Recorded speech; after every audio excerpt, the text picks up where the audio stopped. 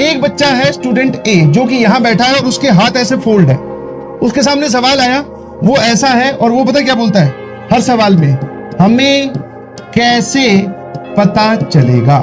उसके सामने सवाल आया, उसने हाथ फोल्ड कर रखे और सामने देखकर मैंने उस सवाल को एक्सप्लेन किया या उसने कहीं पे सॉल्यूशन देखा तो वो तो उसमें नीचे आर्ग्यू कर रहा है, बोले हमें कैसे पता चलेगा। तो स्टूडेंट ए तो ये है। स्टूडेंट बी देखना जरा, स्टूडेंट बी है, करके देखना पड़ेगा।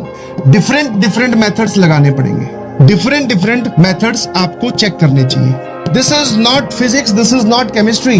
मैं किसी भी और सब्जेक्ट के बारे में कोई कमेंट नहीं कर रहा हूं, बट हाँ स्टूडेंट भी ये एटीट्यूड रखता है कि उसने क्लास में बहुत सारे सवाल सॉल्व किए हैं। अब उसके तरीके उसको याद है कि सर ने ऐसा किया था, ऐसा किया था। करके देखते हैं, रोज को जोड़ के देखते हैं, कॉलम्स को जोड़ के देखते हैं, रो में से कुछ कॉलम लेके कॉमन लेके देखते हैं, कॉलम में मल्टीप्लाई करके देखते हैं। तो इसका एटीट्यूड है करके देखना पड़ेगा।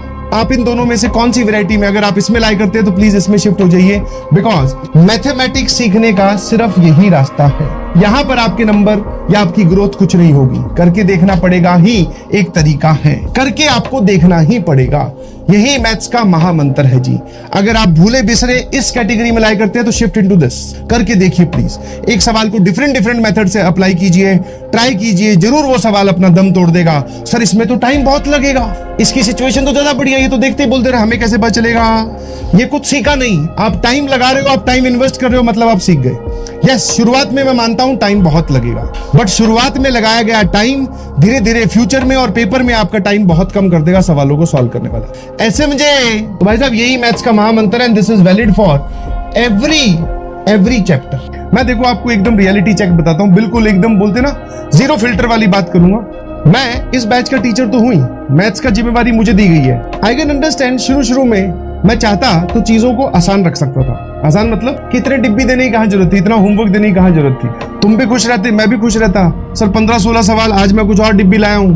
तो मैं आपको एक चीज समझाने की कोशिश कर रहा हूं दोस्तों, और वो चीज आराम से मेरे दिमाग मतलब पूरे खुले दिल से सुनना जो मैं बोल रहा हूं। स्ट्रगल होगा, इनिशियली बहुत आपको फेस करना पड़ेगा, समझना है। इनिशियली जो आपका ग्राफ है ना, वो करीबन आप बोल सकते हो, अगर मैं टाइम की बात करूं तो टाइम के रिस्पेक्ट में यहां पर आपका t बराबर 0 था, तो कम से कम t बराबर 4 वीक्स, 4 वीक्स तक आप इसी लाइन के पास रहोगे, फिर आप में ग्रोथ दिखनी स्टार्ट होगी। This is your growth path. यहीं पर ही आप स्ट्रगल करते रहोगे कि आप इनपुट बहुत लगा रहे हो बट आउटपुट आपको उतनी नहीं मिल रही है। बट ये अगर आपने इनपुट लगानी बंद कर दी तो आप ऐसे ही निकल जाओगे।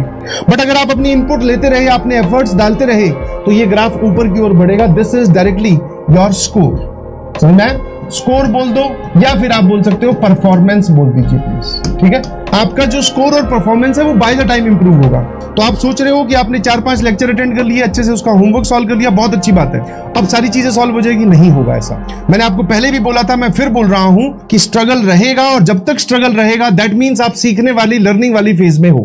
क्या मेरी बात समझ में आती है? स्ट्रगलिंग सिचुएशन, ऐसा सवाल नहीं सॉल्व हो रहे हैं। यस, यू आर ग्रोइंग, बहुत बढ़िया, बिल्कुल सही। पेन वाली सिचुएशन है, बुरा वक्त है, बीत जाएगा, घबराओ मत, फिर एक सुनहरा पल भी आएगा। शायरी, हाँ वेरी गुड, वाह वाह, वेरी गुड। देर लगती है मगर समझ में आ ही जाता है, देर लगती है मगर समझ आ जाता है।